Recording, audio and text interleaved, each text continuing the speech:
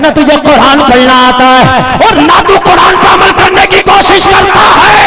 दुनिया ने तुझे अपना कल्चर दे दिया, तूने खुशी खुशी दुनिया का कल्चर अपना लिया।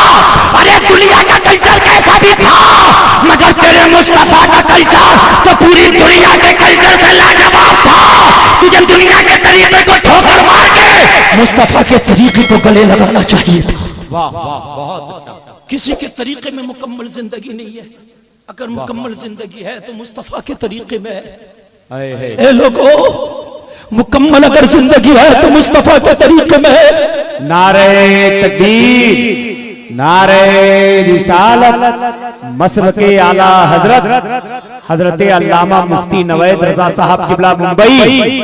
नारे तकबीर, नारे रिसालत। हजरत दामादे हुजूर सुल्तानी मियां अल्लामा नवैद रजा साहब किबला मुंबई की आमद हो गई है।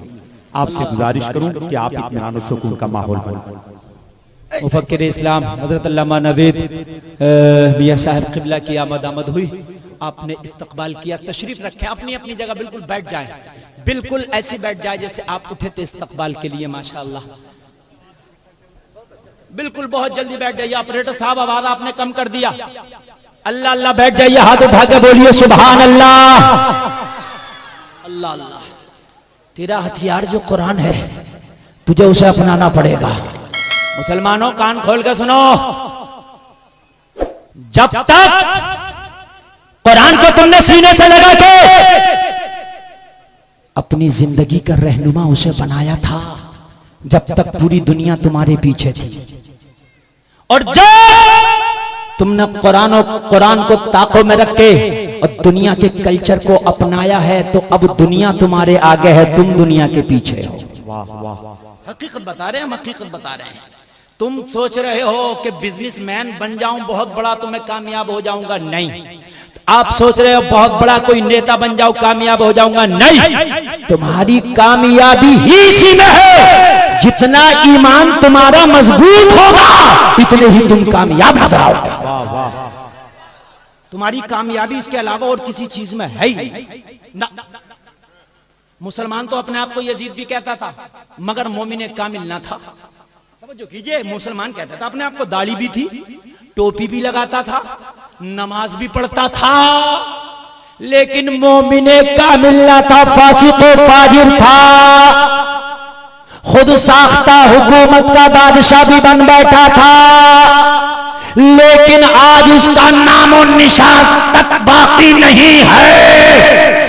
मोमिने कामिल बनना कामयाबी की दलील है। अगर मोमिने कामिल बनोगे तो दुनिया आज फिर तुम्हारे पीछे नजर आएगी।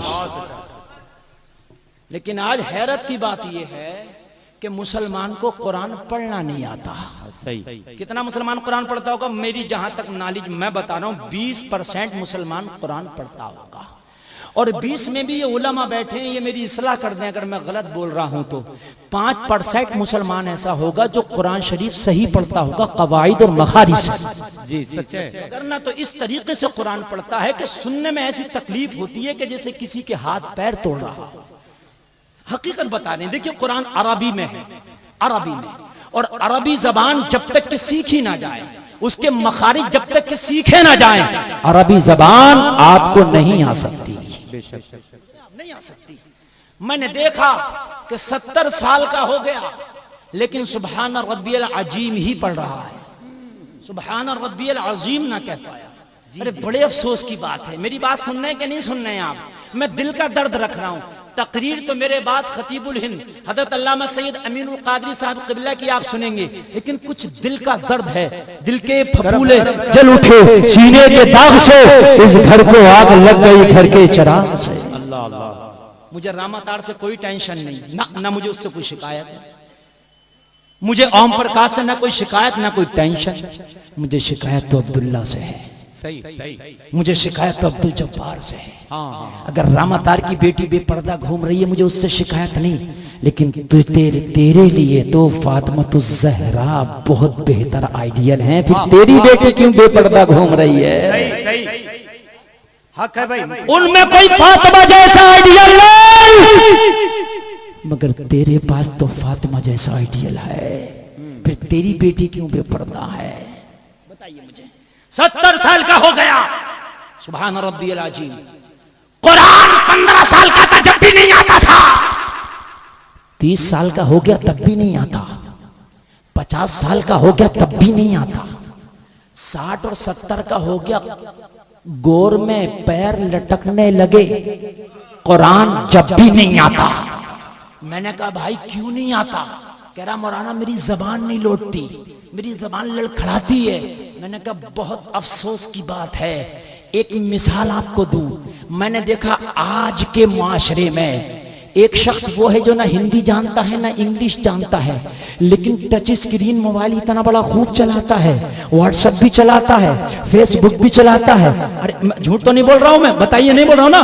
बिना पढ़ा लिखा, इंग्लिश नहीं पढ़ा उसने, हिंदी नहीं पढ़ा उसने, पढ़ना नहीं आता था, लेकिन आज इतना बड़ा टच स्क्रीन मोबाइल चला रहा, यूट्यूब भी चला रहा, फेसबुक भी चला रहा, सब कुछ चला रहा। मैंने उसी चलाने वाले का दामन पकड़ के कहा तू तो पढ़ा लिखा था नहीं, तुझे मोबाइल चलाना कैसे आ गया? मोबाइल भी एक कंप्यूटर से कम नहीं है। तो इसने जवाब दिया मौलाना आपकी बात राइट सही है, मैं आपकी बात की तारीफ करता हूं, पढ़ा लिखा नहीं हो, लेकिन चलाना इसलिए आया कि मैंने मोबाइल को खरीद के 24 घंटा अपने सीने से लगा के साथ में रखा।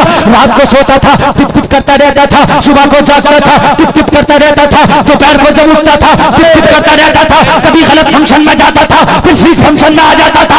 ए मौलाना थोड़ा टाइम गुजरा, मुझे मोबाइल चलाना आ गया तो गुलफाम का जहन मिल गया। तूने मोबाइल को 24 घंटा अपने सीने से लगा के रखा तो चलाने आया। अरे कुरान को 24 घंटा में 2 घंटा सीने से लगा के फिर मौलाना के पास चला जा, तुझे कुरान पढ़ना आ जाएगा। नारे तकबीर, नारे रिसालत, फैज़ाने कुरान, तंजीम इमाम अहमद रजा, नारे तकबीर। वाह वाह, बहुत अच्छा। अल्लाह की कसम खा के कहता हूं ये उलमा बैठे 2 घंटा, ज्यादा नहीं, सिर्फ 2 घंटा, और कुरान पढ़ने की कोई उम्र नहीं है। मेरी बहनें भी सुन रही हैं, गौर से सुने, मेरे भाई भी सुन रहे हैं, गौर से सुने। कोई टाइम नहीं कुरान पढ़ने का। अगर तुझे बुढ़ापे में मौका मिला, तेरी आंखें अब खुली तो अब पढ़ ले। जी जी जी। और कुरान इतना सीखना तो फर्ज है जितने में नमाज पढ़ेगा। समझ रहे हैं आप? ये गोल मोल से काम नहीं चलेगा कि मैं बगैर पढ़ा लिखा हूं मैदान महशर में ये कह के छुट जाए। सुन ले, अगर किसी ने कुरान को सही नहीं सीखा, मैदान महशर में उसकी नमाजें भी मुंह पे मार दी जाएंगी, सारे अमल मुंह पे मार दिए जाएंगे। तो ये कह के नहीं छुट सकता या अल्लाह मुझे आता नहीं था। कोई मर्डर कर दे और मर्डर करने के बाद हाकिम के पास पेश हो, वो कहे इसके ऊपर 302 के मुकदमे के तहत इसको उम्र कैद की सजा सुनाई जाती है। क्या सरकार मुझे पता नहीं था कि मारने के बाद में उम्र कैद होती है, तो क्या हाकिम छोड़ देगा? अरे जरा बताइए, छोड़ देगा? बहुत से लोग कहते हैं हम तो पढ़े लिखे हैं नहीं, हमें तो इतना गुनाह होगा नहीं, पढ़ लिखे को ज्यादा गुनाह होगा। बहुत से लोग ये कहते हैं भैया हमने गुनाह किया, हमें नहीं गुनाह होगा। क्यों? हम तो जानते ही नहीं ना। तेरी 2 गलतियां हैं। एक तो गलती यह है कि जानता क्यों नहीं, जी जी जी, और दूसरी खता यह है कि तूने खता की क्यों। तूने वो हदीस नहीं पढ़ी, तलबुल इल्मी फरीज़तुन अला कुल्ली मुस्लिम व मुस्लिमा, तेरे ऊपर भी इल्म दीन का हासिल करना फर्ज था। मगर क्या करें मियां, अगर अजान हो रही है और मौलाना पास में खड़े हैं तो कह रहा हजरत अजान हो गई, जैसे इसमें माफ है। समझ रहे हैं आप? मौलाना से कह रहा हजरत अजान हो गई, यानी अपनी नमाज पढ़ने जा। अरे मौलाना तो जाके तेरे ऊपर माफ है क्या? है? मौलाना अगर नमाज के टाइम टहल रहा, देखो मौलाना टहल रहा, अरे मौलाना टहल रहा ये भी गलत कर रहा, और अगर तू टहलेगा तो तू भी उतना ही बड़ा खताता है। नमाज मौलाना पे भी माफ नहीं है, नमाज तेरे ऊपर भी माफ नहीं है। सही सही, बेशक, जिंदाबाद, हक है। मगर हालात ये है मियाँ, अब तो मौलानाओं के फैसला कुन ये बन गए, ये मौलानाओं का फैसला ये कर रहा है। निज़ामे मैं कदा कुछ इस तरह बिगड़ा है साकी, उन्हीं को जाम मिलता है जिन्हें पीना नहीं आता। अब मौलवियों का इम्तिहान वो मुक्तदी ले रहे हैं जिन्हें अलम शरीफ याद नहीं है। हकीकत बात है। हम कर्नाटक कुरान सुनाने चले गए, कहा एग्जाम हो रहा है, इम्तिहान हो रहा है हुफ्फाज का। हम गए भाई कोई मुफ्ती ले रहा होगा, जाके देखा तो कमेटी बैठी है मस्जिद की, जिसे खुद बिस्मिल्लाह याद नहीं। हाँ, इम्तिहान चल रहा उलमा का। हाय हाय हाय, अरे तुम इम्तिहान ले रहे हो, यही तो मामला बिगड़ गया। इन उलमा से सीखो, इन्हें ना सिखाओ। मगर नहीं, किसे रखना है ये भी तुम ही फैसला करोगे, और किसे भगाना है इमाम को वो फैसला भी तुम ही करोगे। मामला उल्टा हो गया। और जब तुमने उल्टा किया ना तो अल्लाह ने तुम्हारे साथ उल्टा कर दिया। अल्लाह अल्लाह। तुम सबसे ऊपर थे ना, आज सबसे नीचे हो गए। अफसोस, सब अफसोस। इमामों का खून चूस लिया कौम ने आज। अल्लाह। अगर मौका लगे कोई केस ना हो तो ये कौम इमामों के गुर्दे निकाल के बेच दे, मगर डर ये है कि केस हो जाएगा। अभी चंद दिन पहले एक इमाम से मेरी मुलाकात हुई, मैंने कहा भैया बड़ा कमजोर लग रहा है, क्या बात? कहा मौलाना मेरे हाल ये है कि मैं एक दिन भी खाली नहीं रहता, महीने में 30 दिन काम करता हूं। मैंने कहा भाई तो तुम्हारा काम ही ऐसा, नमाज तो कभी माफी नहीं। बोले नमाज की बात नहीं हजरत, ये कोई काम है? मैंने कहा और कौन सा काम? बोले मेहनत मजदूरी। बाखुदा मिंबर रसूल पे बैठा हूं, खड़े होकर बोल रहा हूं, इतना सा भी जुमला इसमें जरा भी ना मुबालगा है ना झूठ, बिल्कुल सच। मैंने कहा क्या मतलब? कहा हजरत मेरी 3 या 4 हजार तनख्वाह है मुश्किल से, मेरा बूढ़ा बाप है उसकी दवाई चलती है, मेरी बूढ़ी माँ है उसकी भी दवाई चलती है, मेरे छोटे छोटे बच्चे हैं उनकी ट्यूशन का फीस भी देता हूँ, मेरी बीवी भी है उनका कपड़ा और खाने का खर्चा भी है, फिर बिजली और मोटरसाइकिल और मोबाइल का भी खर्चा है। हजरत इस 3-4 हजार में मेरा काम नहीं बनता।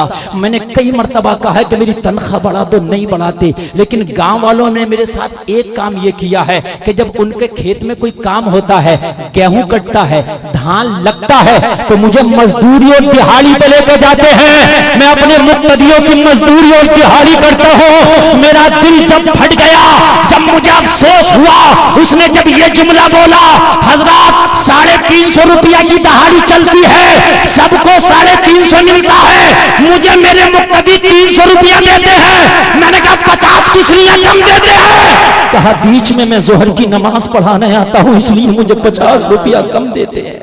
अल्लाह अल्लाह। कोई और नहीं कर रहा, ये तुम कर रहे हो। ये मुसलमानों, मैं इसलिए नहीं कह रहा कि मेरे स्टाफ का मामला, हकीकत बता रहा हूं मैं।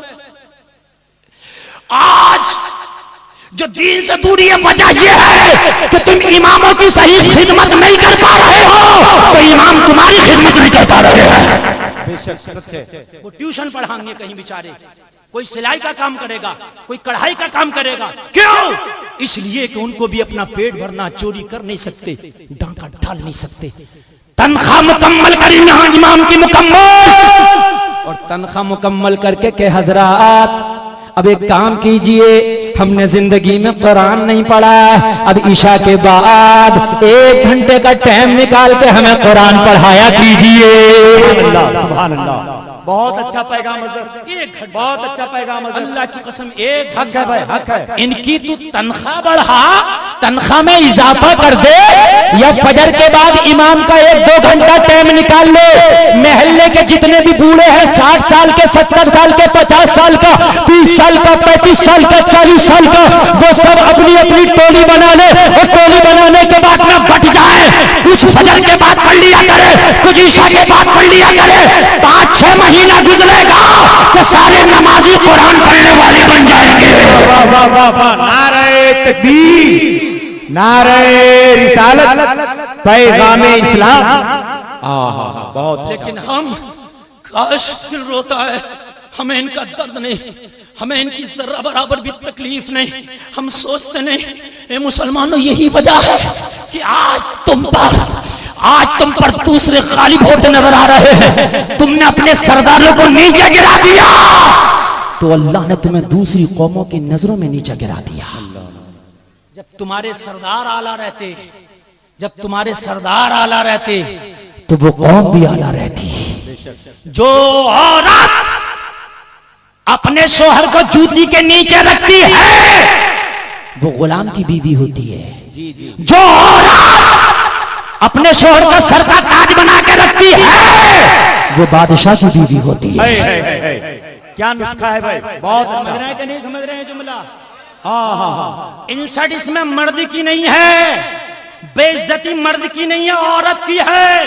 जो औरत पैर की जूती के नीचे रखेगी, वो गुलाम की बीवी कहलाएगी। जो शोहर को सर का ताज बना के रखेगी, वो सरदार और हाकिम की बीवी कहलाएगी।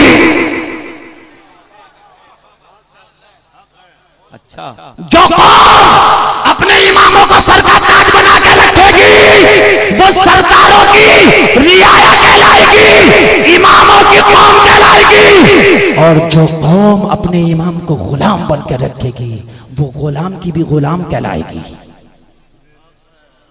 गुलाम के भी गुलाम। अब समझ लीजिए आप कहां वहीं पहुंच गए, हम गुलामों को गुलाम ही हो गए। दुबई में एक इमारत बनी जिसका नाम बुर्ज खलीफा है। अरे जहन हाजिर है कि नहीं है? उसकी ऊंचाई इतनी है कि उसको वर्ल्ड में 1 नंबर दिया गया। हालांकि अब तो उसका रिकॉर्ड तोड़ दिया गया, लेकिन जब वो तामीर हुई थी तो उसका 1 ही नंबर था। 1 नंबर की ऊंचाई का टावर और बिल्डिंग बनी।